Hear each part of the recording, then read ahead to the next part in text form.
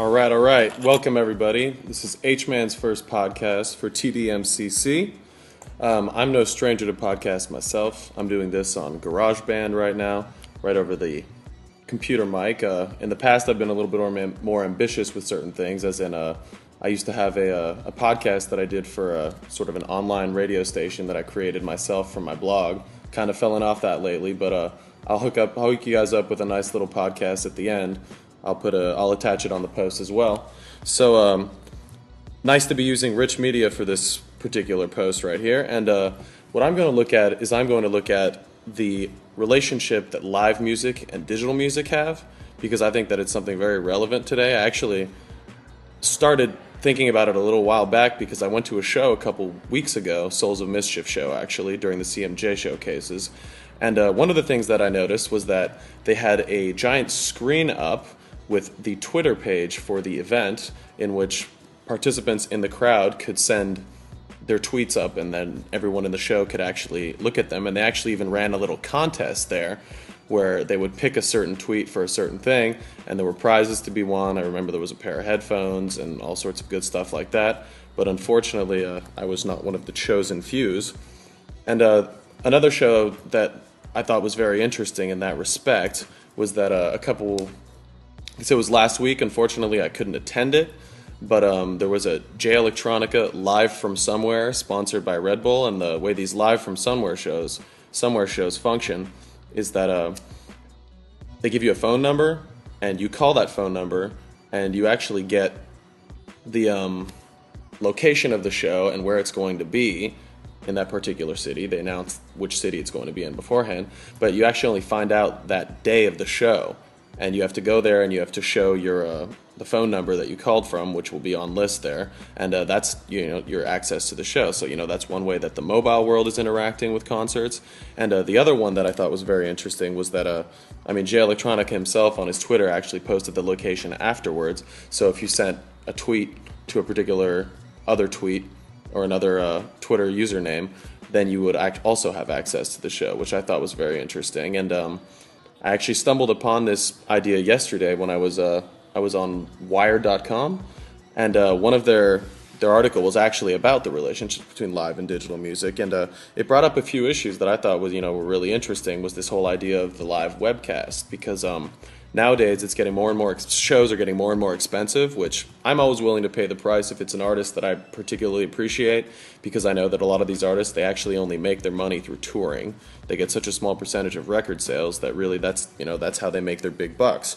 And so the issue of the webcast has become very, very important, because there are certain shows that I definitely wouldn't want to pay certain money for. Some huge artists, for example, like the Rolling Stones, a ticket to one of those shows would be hundreds of dollars, basically. So the other option is that if you really do want to catch the show, especially from the convenience of your own home, you could actually sign up on YouTube or on.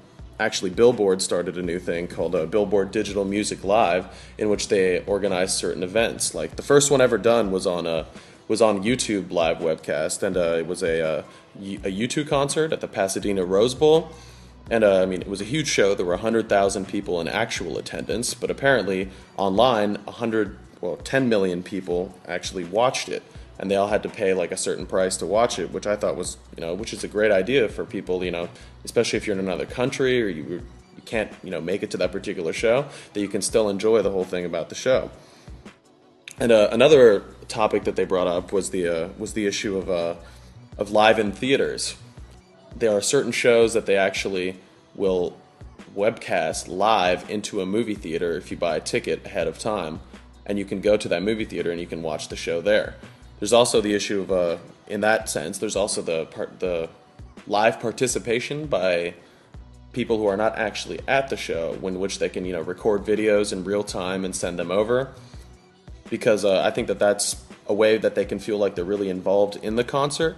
Because nowadays, I can, anytime I go to a show, usually if there's cell phone reception, I will actually send some tweets to my Twitter and comment on what's going on, and it comes in with the whole immediacy of our culture right now. Like everybody wants to know the news immediately, right away. And then another issue that was brought up in this Wired article that I thought was really, really cool is that now you can go to some shows and you can actually buy the live recording of the show that you just witnessed as you walk out the door, which is something really, really great. And, I mentioned that Jay Electronica show that I unfortunately could not actually attend, but I remember that later on that night when I actually checked it, because I wanted to see, some footage from it and some stuff like that, they actually already had the entire live recording of the show completely up and, in podcast format, a whole, 90-something minute thing for free. So in that way, it makes sure that, even if you can't go to this particular event, you can still listen to it later at a later date. But, there was also a live webcast of it. I don't remember which website it was on, but it had been advertised that it was actually going to be, broadcast live as it was happening. So I think that there's some definite, investigation going into this. And I'm actually going to a show on Friday. And one of my ideas, I'm going to the Goody Mob, Slick Rick, and Scarface tour. Really excited to see Goody Mob. They haven't toured in about 10 years, actually.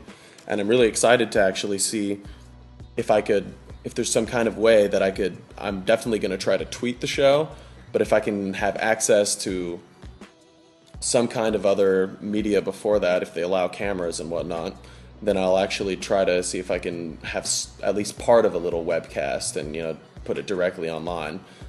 And but other than that, I'm, as you guys can all probably tell by the content of most of my posts and all that, I'm very, very, very much into hip-hop culture and into hip-hop music. So I want to find a way to look at the relationship between, live shows and, the digital media technology that allows for it to be given to the public either for free or for a price, and look at some of the issues that might arise with that. I mean, I know for a fact that with Billboard already, there are some issues, and it comes down to the concert promoters and the venues, because if they are going to do something where you can go online and you can pay in order to watch a show live when you're not actually there, then the artist probably would want some money, the promoter would want some money, the venue would want some money, and unfortunately at this point it's pretty much up to the musician's discretion. Usually he needs final approval, or the record labels. But I think that would be a very interesting way for artists to expand their their fan base, because not everyone can go to every show, not everyone can always have enough money to go to this particular show, or enough time to go to it. And I think that by having viewers at home be able to participate in these live events, it will actually, in some sense, I think it actually would boost record sales, because one of the arguments about live shows has always been that if you go to a live show and see what the artist is really like and what they really sound like live and what kind of a show they put on, then you're more likely to go out and buy their record. And obviously, you can never match the energy of a couple hundred, a couple dozen, to a couple thousand people in a stadium. You can never match that kind of energy from sitting at your computer at home. But there is, in some way, you still feel like you can participate and you still might have a good time doing it. So I think that this is the road that I'm going to pursue for these, this last travelogue here, and I'm really going to do my best to use all kind of rich media. Right now I'm using the podcast because it's something I'm somewhat familiar with, and since I'm into music, I'm sort of doing it old school like this. But I think that for the next installment of these travelogues, I'll either try to do a webcast or do a video, edit something up on iMovie or on Final Cut, and then see if I can find a way to do that. But other than that, I would definitely be very open to some feedback, and bring me up some topics, and I hope you guys enjoy this. Peace out. And also, mad props to Alchemist on the beat for this. Let Yourself Go, one of my favorite beats. Just thought it'd be a nice little chill thing in the background. So, see y'all in class on Tuesday. Arr.